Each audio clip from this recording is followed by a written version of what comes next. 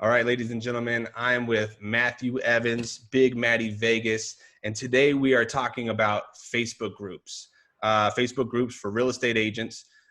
Matt has been connected with me on social media here for a while now. We've gone back and forth, but I've had my eye on what he's doing, and recently I've seen him grow dramatically. One of the areas was in Facebook groups, which it really seems like Facebook is putting an emphasis on and focus on right now. And, Matt here has grown a group within the last, I think, 6 to 8 weeks from 0 to 2,000 people. And a lot of them are Las Vegas locals. And so we're going to be talking about that today. But before we get into that story, Matt, I wanted to see if you'd be willing to share your story and journey on how you got started in real estate, what you were doing right before you decided to get licensed, and how your story kind of led into even getting started in the real estate industry as a Las Vegas agent. Danny, thank you so much for having me on. I really appreciate it. That was a heck of an intro. Hey, everybody. My name is Matthew Evans. I am a Las Vegas real estate agent, and I came to Las Vegas in about 2005. I'm not a Las Vegas native. I grew up in LA, in a town east of East LA, San Gabriel Valley. Loved it out there. Did a little bit of time in the military. And then after that, I got my opportunity to come out here in Las Vegas and start a construction company with a friend of mine. I've been in the construction trades doing concrete waterproofing for since 1998 or so. And I made my bones there. And my buddy said, hey, come out and help me start my company. And that's what brought me to Vegas. I just love this town. I really just didn't get a chance to fall in love with the Strip more than I fell in love with the community, and I knew it was home right away. Long story short, I did a few years here in construction. We all know in the 2007 period of time, the economy shifted a little bit. And I actually, back in 2007, tried to get my real estate license. I actually did. But at that time, with the world changing, I just decided to stay in construction. Stayed in construction for a few more years, ran my own company, did Fremont Street, MGM, pool deck, tons and tons of work. And I just fell in love with construction. Not just the building of it, but the planning, the management, just all phases. I really fell in love with construction. And then, as I progressed and really just kept with my concrete career, real estate really piqued my interest, and it was something that I could take my construction knowledge and carry it forward into a career in real estate. And in 2014, I decided, hey, let's go for it. Let's do it. Let's get your license and let's make a career of it. And I did. I'm glad I did. I started as a part-time agent. I came on to some REO teams and brought me on as full-time. I really enjoyed it. It was really fast-paced. And I gotta say, this was just the right move for me. Construction and real estate was very natural, and I love it and don't regret a single minute. Awesome, man. Yeah, I bet you that construction background really does come in to play and help you a lot when it comes to explaining things to clients after they get that scary inspection report, right?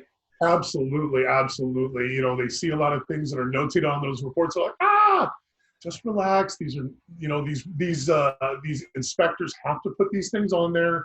Let me just explain to you how we overcome these things. It's not a big deal. Absolutely.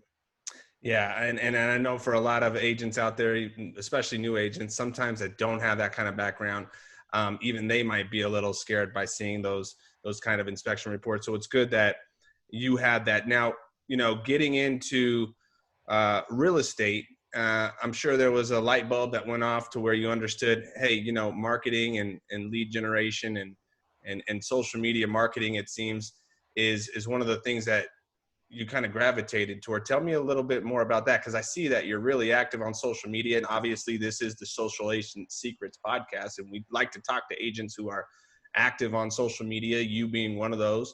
What was it about social media?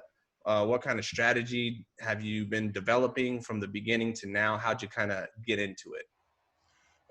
I first started in social media when I first started, not first started, but in my concrete career. I was doing little videos of my guys doing jobs, staying concrete, the process.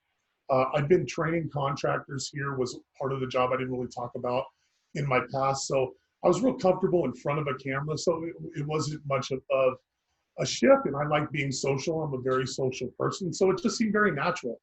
Um, so back when I first got into full-time real estate, 2016 or so, is when I was trying to figure out social media, just kind of going on doing some property tours, and it was fun. I got a lot of engagement, and that just really made me feel, hey, that's that little endorphin rush. You feel really good. People are watching you, and I did a lot of that, but it wasn't as encouraged where I was from, the brokerage I was with, and the people I was surrounded with. They had a different philosophy about social media, and mine was a little different. So I really didn't move very far forward, which I regret at this point, because I think I could be further ahead. So I didn't do as much social media. I didn't investigate the power of social media, not only as a platform just to have fun with, but to use as a business distribution channel. So in the middle of last year, I shifted my business a little bit, and I decided to really delve into marketing, really understanding online marketing, funnel building, sales, just the creation, backlinks, connecting CRMs, all the non-fun stuff, but that you really need the architecture of the business to market and get your perfect customer into your system and then into a lead process. So I really delved into that the middle of last year. I took the One Funnel Away Challenge. Russell Brunson, I don't know if you're familiar with it. I think you're familiar with that one as well, Yep. which was a great challenge. It really helped me to understand not only how to build funnels, but also the mentality of a buyer and telling your story. That really was a huge impact. So I took that and I parlayed that into going into the groups and showing my personality as I was trying to build the websites and the lead funnels and the attraction magnets and all those things. I was just trying to show my personality online, and it was working. And Um, in the groups, when you did that, we were talking a little bit before we started here. It sounded like that BSN group that you were a part of is one of those where you kind of rose up in the ranks. So, specifically within groups, not as a admin, but as someone just contributing. Tell me more about that journey. So that's really what I did. Was I really got into the group, showed my personality. I just started being social online. It wasn't about posting my links on my listing or the 5 things you should do before you sell or buy or any of those things. It was really when people are making comments in groups, whatever group I was interested in, whether it was golf or outdoors or this buy sell network that you're talking about, I would just respond to people, give them advice, or if they would say something in a post maybe that I didn't agree with, I would actually engage with that and just try and have that conversation. I got blasted sometimes, but most times it was actually a way to enter a great conversation, because we don't always have to agree, but we can respect each other and have a great conversation. At the end of the day, you're either going to like me or not, but as long as I'm out there, I'm going to start attracting the people that naturally are going to gravitate towards me and like me. So I started seeing that with that buy sell network group. I'm very focused on business owners. Having my own construction company for years, I'm really focused on business owners. When I bought my home, when my wife said, "Hey, Matty, you're going to buy a home with me. Let's go." And that was 2012. And we went and saw all these lenders. I don't know anything about real estate. And everybody's like, "No, we're not lending to you." Well, as you know, back in 2012, none of these specialty loan programs were out there. You know what? The ninja loans that had crashed the market, the ninja loans, no income, no jobs or assets, those kind of loans. Anyway, those loans for business owners that well, again, they're gone, but that had surfaced again, those non-qualified mortgages. So I really wanted to focus at those business owners, and that's really what I spoke to. So as I got into this buy-sell network, Ben, who's the actual admin there, reached out to me. He's like, "Matty, I see you out there. I see you making all these comments, but I don't see you posting, and that's not really usual for a real estate agent." So that conversation actually turned into a cup of coffee a couple weeks later, and he actually brought me into the group because I was supportive and encouraging of the people around me. It wasn't really just my message. It was really supporting others. And as I was supporting them, those people were starting to attract to me because they were curious. Why is this Matty guy interested? Why is he making this comment? Why is he even here? And that's really grown my audience because people are starting to check me out more. So by what I'm hearing is you weren't like the other agents within any group. You chose groups based on your interests. This BSN group was based on your interests because you'd been a previous business owner. You want to interact with business owners. I'm sure you were part of other groups and still are, of just regular hobbies and interests that you're interested in. And while you were there, unlike all of the other agents, instead of posting, hey, check out me, you were more of, what can I do to help you? You were contributing, you were commenting back on people and trying to provide value to help them. And then in turn, they naturally started clicking on your profile, checking out what you were about, and actually doing what most agents want, driving traffic to your page without using the strategy that most agents might use. It was kind of the opposite, it sounds like. You're right on. And I did it pretty unconsciously. You know, I knew I wanted to just be social, but I didn't really see that evolving the way it did. That wasn't really the intent. I was just being me. I was just, you know, trying to be active, trying to just do some different things, but it wasn't forced. You know what I mean? It wasn't something I was just trying to do as some kind of shtick to get attention. And I think, like you said, that's what it was. People saw that I was genuinely in there contributing, and they naturally gravitated towards me. And as I did that, and I continue to grow, the BSN has about 5 different groups: Portland, Hawaii, Florida. We have one all over the world. We have people in the UK as moderators as well. So that's when Ben brought me in as a moderator, because he's like, hey, let me check you out a little further. Let me see if you're legit. Because we've had a lot of moderators that have come and gone through the group. You know, everybody can kind of raise their head and do some good things for a little while, but you know, a lot of people unfortunately fall off, and consistency is one thing I'm really good at. So doing it and consistently doing it, Ben saw that, saw my message, and I was just always the same. I was consistent, positive, always posting. He's like, man, I got to bring you into this as an admin. Let's go and let's take this group to the next step. And I want to say that was about mid-January to end of January. Coming into February, we actually planned a mastermind, an in-person mastermind where we're going to help people. And it wasn't just a networking event to just kind of hand out some business cards. It was more, come here so we can actually walk out with something of value. And it was the art of the introduction. A lot of these business owners, side hustlers, and I don't, in my experience, they haven't practiced a lot or been able to practice a lot of their introduction of their business. They get shut down a lot, or they're too scared to bring it up to their family and friends. We had an episode with my wife on open mic. She's getting into insurance right now, and that was exactly her challenge. She didn't have anyone to practice those conversations with.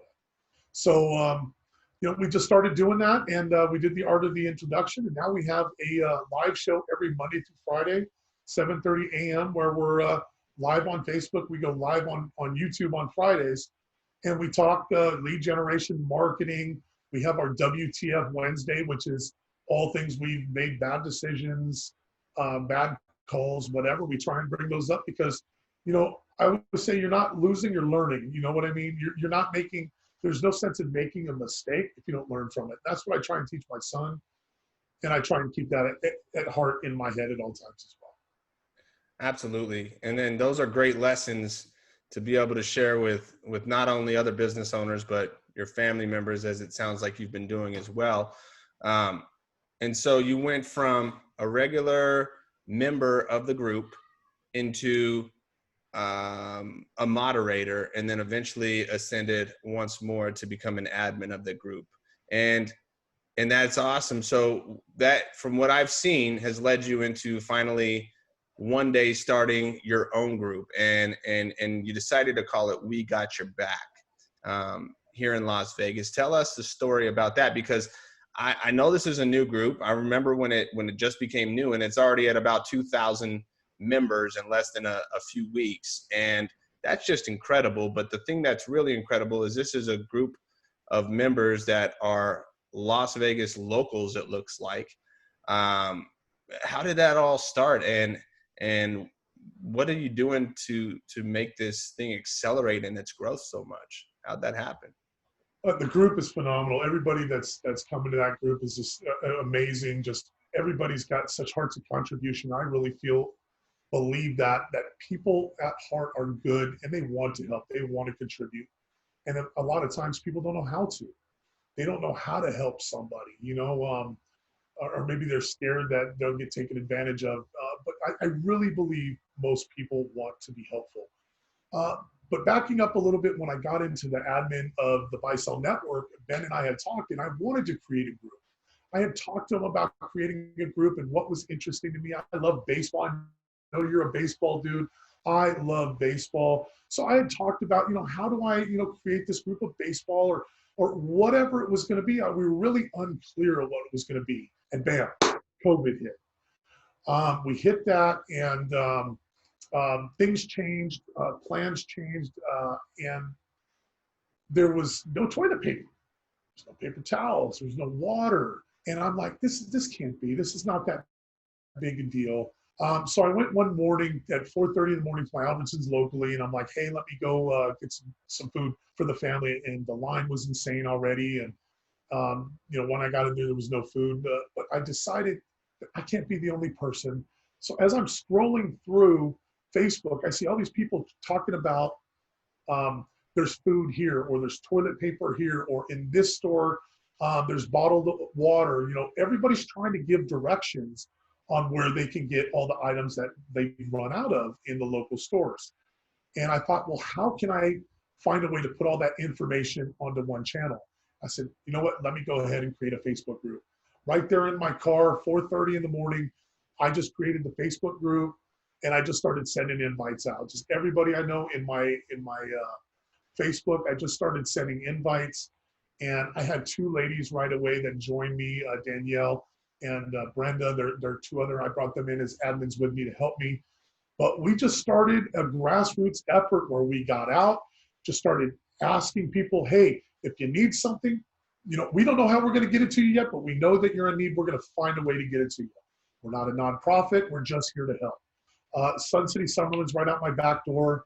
So I think a couple days after we started it, we stood on the side of the street for a few hours just trying to drum up donations for people that were in Sun City that were shut in with, either immunocompromised or just, they're the older crowd. They did not want to go out, to be amongst people that may have the virus. And at that point, just imagine the beginning of April, it was a very scary period of time.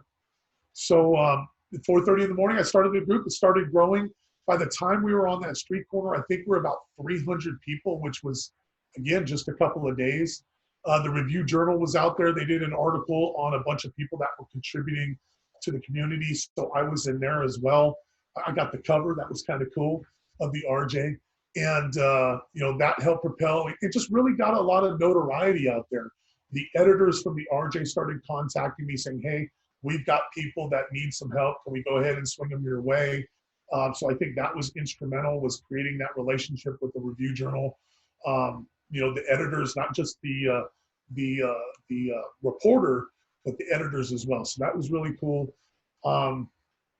And it's just really snowballed. We have about, I think, almost 1,900 people right now, and we're growing by about 50 or so people every week at this point, which is still a pretty good growth.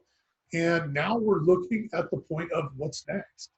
You know what I mean? We're really at the point of this pandemic event where things are stocked. We're not having people struggle as much finding items. So now we're shifting more towards helping the business owners. The small business owners, they're the ones that are employing most of the people out here, except for the strip workers, obviously. But they're the ones that we feel that we really need to throw our support behind so we can get as many people back to work as possible. So we've been doing like small business shout outs and stuff like that, trying to encourage, those small businesses to participate with us, and that helps us participate with the community.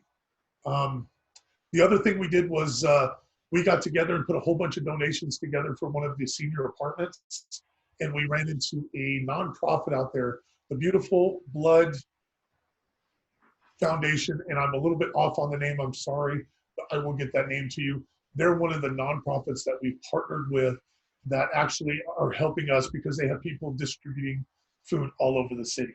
So now we partnered with them, so we're able to ship and get people the donations to them, and they're able to distribute it very, very easily. So it's been a lot of fun. I didn't expect this. I expected a few people to kind of hop on board, but having a couple thousand people that are willing to help people is amazing. That's good, man. Give me 1 second. I'm gonna put this. The dog snuck in here real quick. I saw that. No worries. Come here, buddy. Mine's in here somewhere, but he's asleep. Hey, dog, wake up. All right, man. My mouth got a little dry. Sorry, buddy. I hope I'm doing right. All right, so that's amazing. Just seeing the growth, trying to figure out what's coming next. And you know what? I'm sure that you're building relationships from this that'll probably last far into the future. And I'm sure that without even having to say it, people are clicking on your profile and seeing that you're an agent. And if it hasn't happened already, I'm sure you're starting to spark up some sort of real estate conversations. It's a lot of conversations. Right now, I can't say that, hey, it's put, X deals into contract, but there's a lot of those conversations that are happening. I feel as soon as this event breaks, that those things will all come through. I've some investors that fired agents are like, Matty, you're an agent? All right, let's go. I've got people that are involved in these businesses now that I'm being introduced to them. Now, I've always said, I know how I am, and I'm not an arrogant person, but I truly believe that the people that know and like me, if more people actually knew me, I would do more business as a real estate agent. So I actually tried to implement that into this philosophy. I'm just trying to get out there, let people get to know me. They're going to automatically say, hey, Matty, I want to choose you.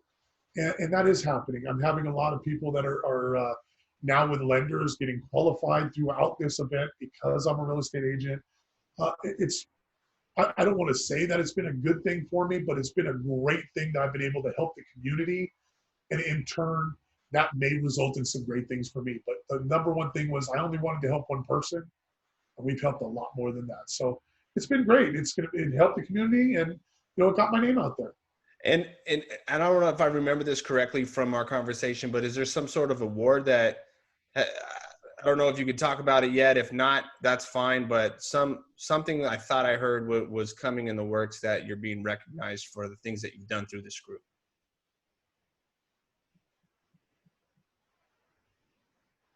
We had some members of of a group within the Chamber of Commerce partnered with the LVCVA, and I'm supposed to be getting an award. This is very preliminary, but I was selected because of the work of the group. So maybe next month I'll be getting an award. So I'm really looking forward to it. We'll know here very, very shortly the date and when that happens. And you'll be the first to know. Yeah, and I just think not to toot. I'm not trying to toot your horn on that. I'm just saying that it's definitely a testament to what you're doing and how you're helping others. If that happens, that's amazing. But just to even have something preliminary where someone reached out and said, "Hey, you should be recognized for this," I personally think that is amazing. And I'm just glad to see that happening, or those types of things possibly happening for you. And I'm sure that wasn't your intent. You just tried to help one person, but it's crazy when you do that, what can possibly happen. And just having that kind of mindset coming from value, hats off to you. So, when it comes to groups, I'd like to ask you, why groups? Why Facebook groups? Why not try to do this on your own personal profile? Why not try to do this on a page of some sort? What is it about groups that is starting to get people's attention, that attracted you? Why, if a real estate agent or a business professional is thinking about starting a group, why should they spend their time on a Facebook group? When I was watching the Super Bowl, one commercial really caught my attention. And I knew it was coming, and I didn't know the commercial. Obviously, they keep that secret, but I knew Facebook and is structuring their platform toward groups. They're focusing people more away from just the personal profiles, the new news feeds, and they're really expanding their groups platform because it's so powerful. It's so targeted. You could get a group for left-handed knitting people. I mean, only left-handed knitting people could go in there. You know what I mean? And so if you speak the left-handed knitting people language, you're going to do well in that group. So if you can develop a group and have a great voice, whatever it is, if you and I created a group about baseball, we'd be passionate and be able to talk about baseball, talk about ground balls, flies, line drives, home runs, you know what I mean, sliding into third, whatever. You can speak the language. And as you do that and you create that group, it's that know, like, and trust factor. You're into people's houses, you're on their feeds, and you've already connected because you have the same interests on one level. You're in the same group. So now you start speaking the same language. And again, like, people were checking out my profile when we were doing the other group. The same thing with this group. They're going to start checking you out. People are going to get interested. People are nosy. They want to stalk you. You know what I mean? That's what social media is all about, is stalking at one level or another. I put my Facebook profile. Ben is a great friend of mine. Ben is the other admin on the Bison Network. He's actually helped me significantly in understanding how the groups work, the posting in the groups, just how to interact a little bit more, how to structure your group questions in a more funnel style, just really diving deep into the group, because you can really target down your audience. And then from there, once you start attracting this to these people, then all the paid audience cultivation starts coming into play. And I started learning a lot about that. So once you're into these groups and they start latching onto you, that's when the audience building and cultivation starts. And that's when you're able to start cultivating your own perfect audience.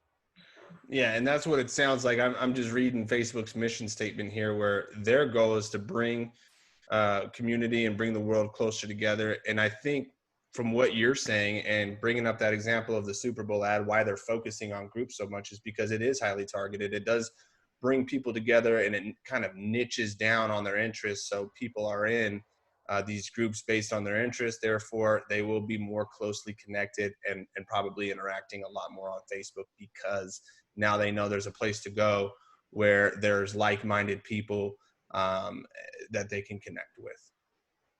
So that's great. Safe zone for them. They feel comfortable. In the business group we're talking about, that's why we make it a comfortable area for them, a comfortable room. They can come in there, make their post, stutter, write the wrong post, whatever. We're going to go in there. Hey, great post. Try these things differently. Maybe you'll have a little bit different success. It's the same thing with the left-handed knitters. Hey, try this kind of yarn. It's going to be a little bit better for you. Hey, as soon as that person connects with the other, you know what? Listen, at the end of the day, it's all about connecting with one another. As soon as you're connected, then you start creating that affinity within Facebook, where the algorithm starts saying, hey, you guys should be seeing more of each other's information and more of each other's posts. And then you start to create the relationship basically online. Right. And it makes perfect sense. So let's say I was in your position 2 months ago, you hadn't started your own group yet, or if I'm a real estate agent and I haven't started my own group, what would you say to that agent, whether they're new or experienced or seasoned, and they're thinking, it's time for me to start a Facebook group? How would you tell them to go about the process of picking a topic? Whatever you're passionate about. Everybody's passionate about something. Whatever you're passionate about, go for it. Like I said, I was going to do something about baseball or something about, I really didn't have that really nailed down yet. But I wanted it to be something that I could speak to, something I was comfortable with. I'm not going to start a group on nuclear physics because I can't hold my weight in there. I'll be washed out of that group in a minute. Nobody's going to listen to me and it's over with. But if I go into a group about baseball, or I create a group about baseball, man, I could talk about it all day long. Don't get me on stats. I don't memorize stats. Hey, great for those people that memorize stats. But I really enjoy the game, and I know I can enjoy that. So whatever you enjoy and whatever that you're passionate about, that's what you create your group on. And when do you create your group? Yesterday is when you create your group. So don't wait. It doesn't have to be perfect. You just go there and you click the start. You go to any group and there's a button there that says start your own group, and you just go through the steps and do it, right? One of my mentors, I was in the class, I think it was a Tuesday, I created the group. Monday night was our coaching call, and he kind of called me out on the group because we're talking about Facebook groups.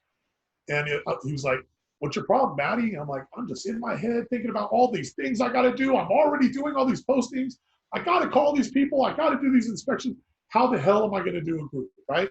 And he's like, Matty, relax. Just put the group together. You'll figure it out as you go. More people will get in there and they will help you. It's not a big deal. Do something you're passionate about and you're going to be fine. And long story short, it all works out. People came on as moderators, are our admins. I don't have as much daily work in that group to keep the snowball going. Now I'm more of the rah-rah cheerleader to help propel it forward. But it's been a heck of a ride. And I couldn't imagine anything without it. And I'm passionate about helping people. I'm passionate about doing the right thing in general. That's just me as a person. So the We Got Your Back group was just super easy for me. So whatever's super easy for whoever's listening, do that. You brought up a great point. It's one of the questions I had written down there, and it has to do with moderators. Like, you have role as a moderator. How do the moderators come to you? How do you know if it's the right fit? Is it just something that's organic? Why is there a need for moderators? Moderators are like the front line, in my opinion, of the groups. They're the ones that are more active in the groups. Either some of them would come. I didn't do this myself, but I have seen it where people are like, "Hey, I want to get more involved in the group. How do I do that?" Specifically the Buy Sell Network group, where they see us on camera quite a bit. How do I do that? So that I know, hey, the more you interact with us, the more we see you as a real person, the more we want to elevate you to be more of a moderator. And then the moderators are going to be there to really monitor the comments, to make sure that spam isn't happening. Obviously there are the groups out there. There are tons of them out there, the Craigslist groups, and it's just nothing but post, and it's nothing but spam. In the groups that I choose to be part of, they're not about that. So the moderators are trying to reduce that, reduce the amount of double postings.